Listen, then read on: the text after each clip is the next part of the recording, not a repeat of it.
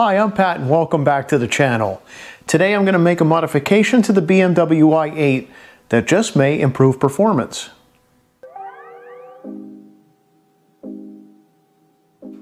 I often like to spend some time in the BMW i8 technical training manual, and what I discovered in there was quite surprising to me.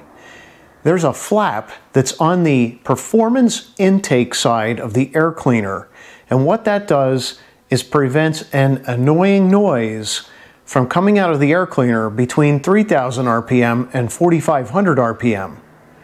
Well, if it's blocking the air to prevent noise, isn't that having an impact on performance? I wasn't too sure about this, and of course I'd never dynoed the car, so I went out to a few places that show dyno graphs for before and after they implement a tune for the car. And I noticed something interesting. Between 3000 and 4500 RPM, those horsepower lines and torque lines did not continue in the same direction they were going, but drastically went the other way. This tells me that this flap actually has an impact on horsepower and torque numbers. So I wanted to find out what I could do in order to make sure that that flap stays open. Now, I don't have the ability to tune the car to cause that flap to stay open, but I did some investigation and was able to determine that that flap is held in place with an actuator. So what ends up happening is there's an electrical signal that's sent to this flap. It's normally open, and when it hits 3000 RPM it closes, and at 4500 RPM it opens back up. So if I can remove the flap and still allow the actuator to operate, it shouldn't throw a code in the BMW i8. So that's my plan. This is an airbox from a salvage BMW i8, and this airbox sits in the i8 just like this, so that there's an intake here with a flap and an intake here which is called the acoustic path. Now this is smaller than this, and this intake goes to a tube that runs down underneath this panel, and it allows you to get air into the airbox through a performance intake, so it has some ram air function. So inside the airbox, it would be hard to see the flap, but the flap is easily seen after you disconnect some of the ducting. This is the actuator, and this actuator has a small metal screwdriver type end to it, and that sits right here. So if we remove the actuator, we could then remove a small plastic piece here that connects the actuator to the flap, and then we can rotate the flap easily. There's a metal piece that runs through this flap, so if we're just able to stick our fingers on the metal piece and try to guide it out, we can easily pull it out. Here's our metal piece. Oop. It holds the flap in place, and then we can remove the flap. Now this can breathe. Nothing would restrict it. So I can bolt the actuator back on, and the car won't know any different. It'll still continue to send the signal to the car that everything's operating perfectly, but we remove the flap. So now that I was able to show you what all the components look like here, let's get inside the BMW i8 and see if we can disassemble the same components on the car. Rather than use my quick jacks, which I usually use, I just want to elevate one wheel. So I'm going to go ahead and just jack on the jacking point and get this wheel up off the ground.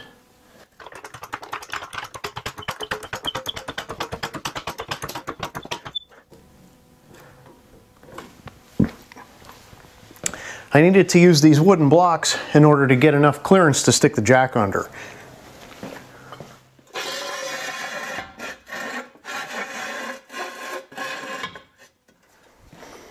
And now we can go ahead and remove our wheel.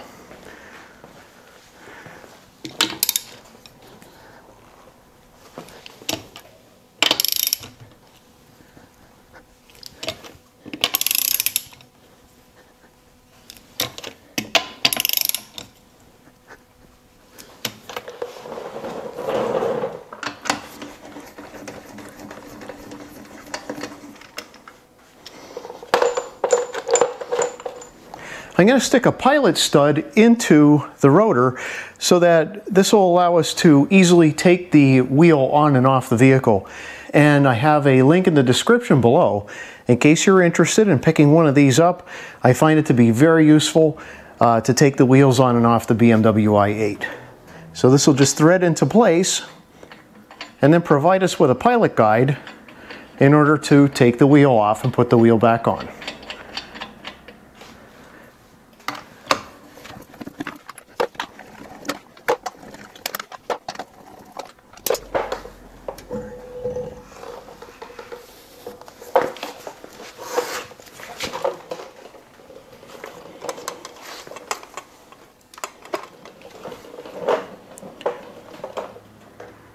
Now we could see that the wheel well is held into place with several bolts. Here, there's 3 under here.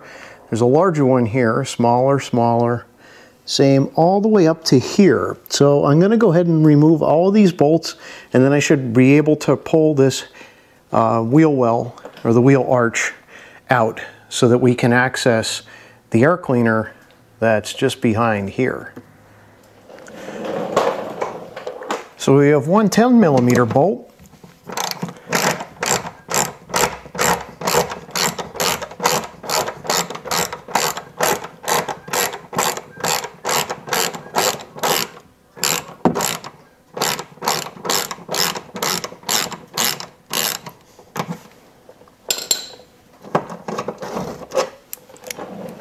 And then a lot of these littler ones.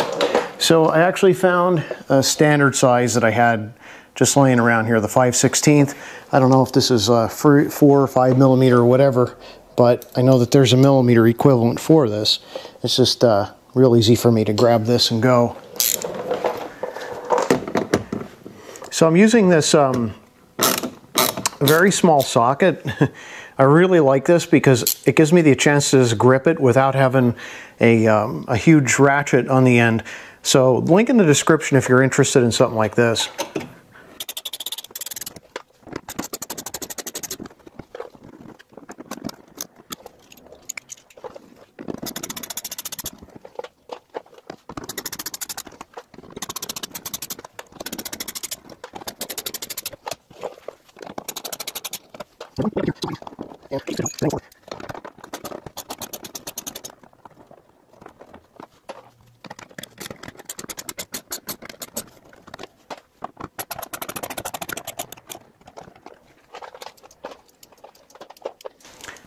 Now that we removed all 11 bolts, we can go ahead and remove the wheel well.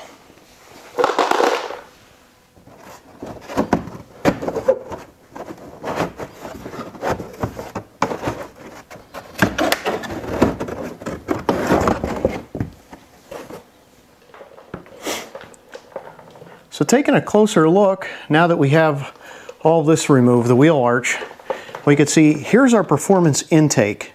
And it goes over and up through this bellows section and then into our airbox.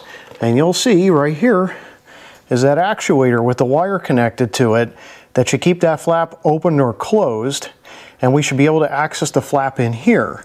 Now this bellows has like a quick release on each side, so I'm going to go ahead and push in on that, and then I could pull. There's a few more on each side here, one here and one on the other side, and I could push in on those and then pull this out, and we'll have access to the flap. So I'm just going to push a screwdriver in here on each side and loosen up the bottom of this flexible section. There we go. That's disconnected, and then the same for the airbox side of it. I should be able to pinch this one. There we are. So that's our bellows section, and right here we can see our flap and it's open. In order to remove our actuator, there are 3 T25 Torx bits here. And there's not a lot of clearance here, maybe a couple inches. So I took a T25 bit and stuck it inside a 1/4 inch socket, and I'm just going to use a ratchet in order to get each of these off of here. But I don't want to drop anything. If I do, it'll fall down and into the pan, so I don't want to lose it. So here I'm taking my 1/4 inch socket, and I'm just going to drop my T25 in there. I can only see the head of it, but that's perfect. So I should be able to So I have this set to loosen, and I should be able to back these out.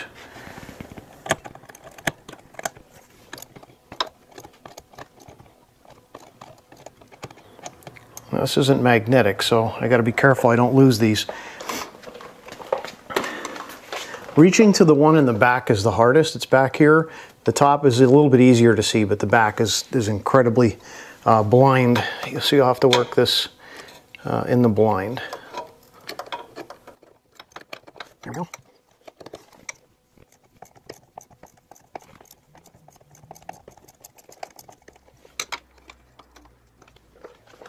And the one at the top.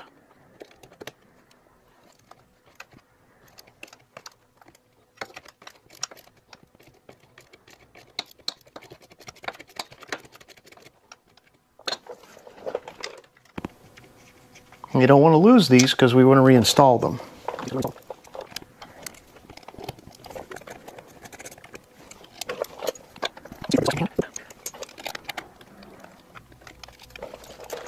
Now we can just lift our actuator out of place, and we can see here's that screw-like terminal. Let's move this to the side.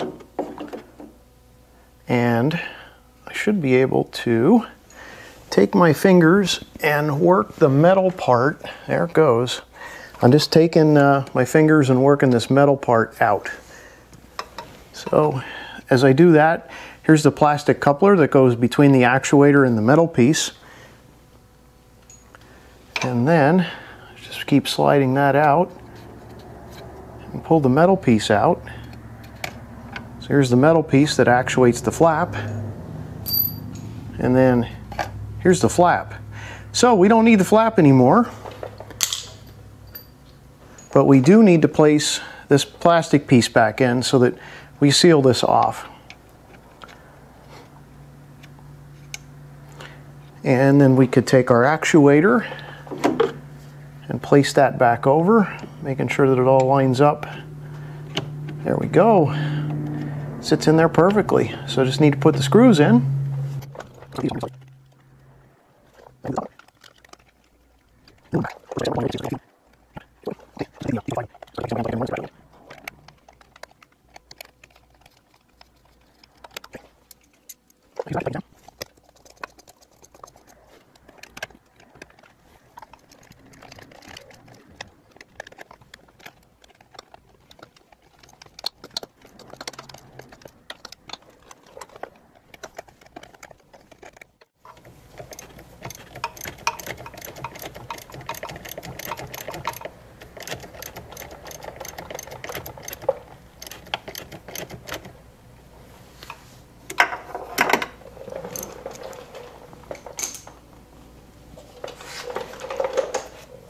All right, now that we have our actuator tightened down, and I never disconnected it, but if you do disconnect it, make sure it's connected back up, and then we could reinstall our ductwork.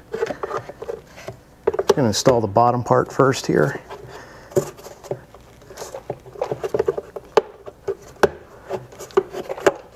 And then the top part.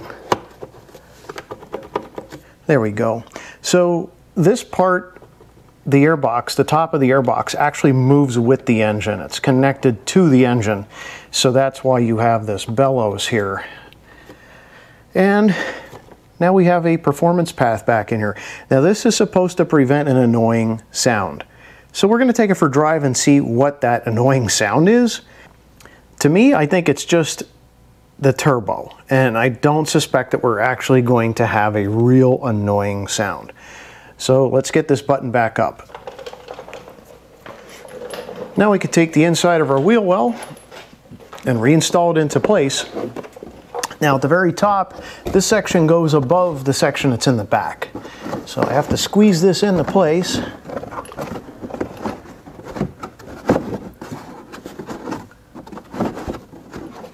And then squeeze the bottom into place.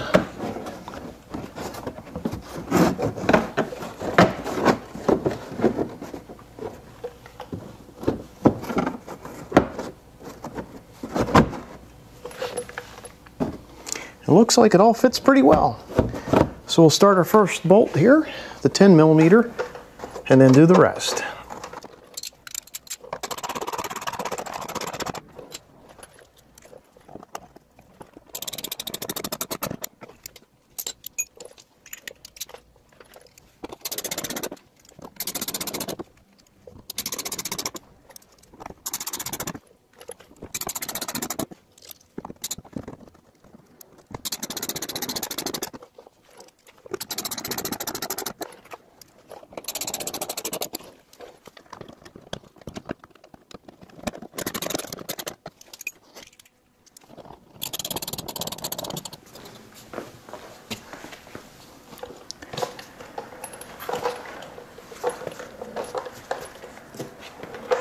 Now that that work is complete, we can go ahead and remount the wheel.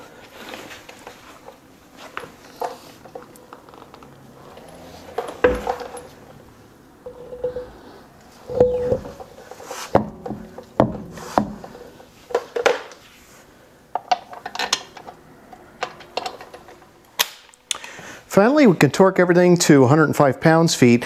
Now, these wheels aren't going to go anywhere when you go to tighten them, unlike a lot of vehicles, because the parking brake on this vehicle actually locks up the rear wheels. So we can go ahead and do our normal star pattern of tightening.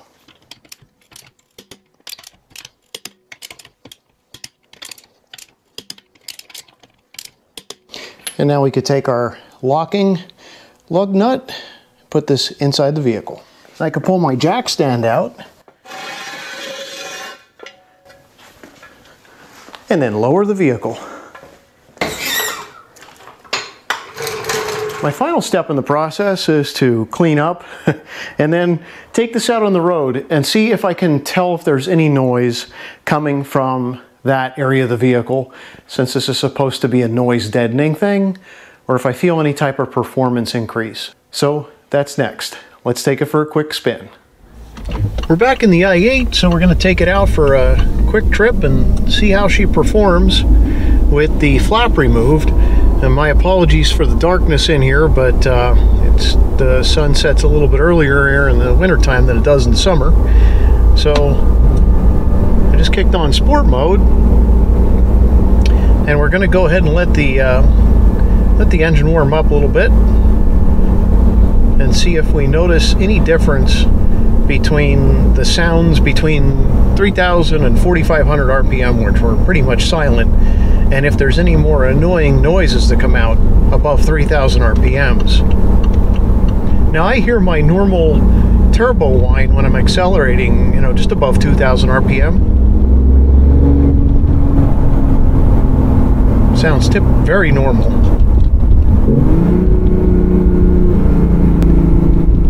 But now that I downshift into second gear,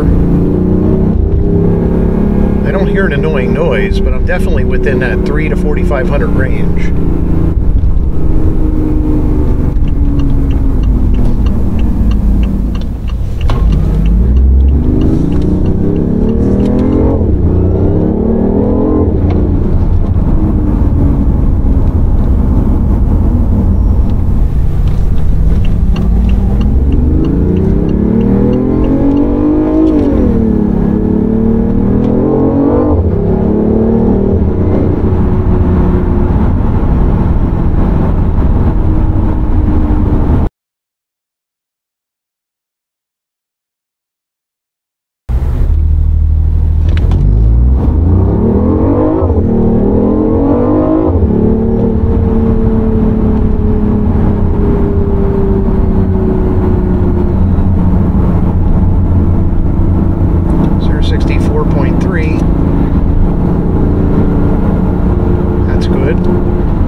So I took a few days to try to figure out whether or not there was a major improvement gain or what. I can't really feel much of a difference after making this modification, but I can hear a difference. So instead of the car getting quiet right at 3,000 RPM, I can still hear that engine. I can still hear a little bit of the turbo. So it's pretty cool. I'm not going to change it back. I'm going to leave it the way it is. And I know that this engine is now able to get most of the air that it really needs between 3,000 and 4,500 RPM. This will mainly affect me in first gear as you shift to second, third, fourth, fifth, and sixth. When you keep the pedal to the floor, you're staying above that 4,500 RPM, but between that 3,000 to 4,500 RPM in first gear, I'm glad to know that at least it's getting the air that it needs. So thanks for watching. Appreciate you following along. If you like this video, please give me a big thumbs up. If you have any questions about making this modification to your car, drop them in the comment box below. Please click the subscribe button and ring that bell for notifications. Thanks for watching, and happy motoring.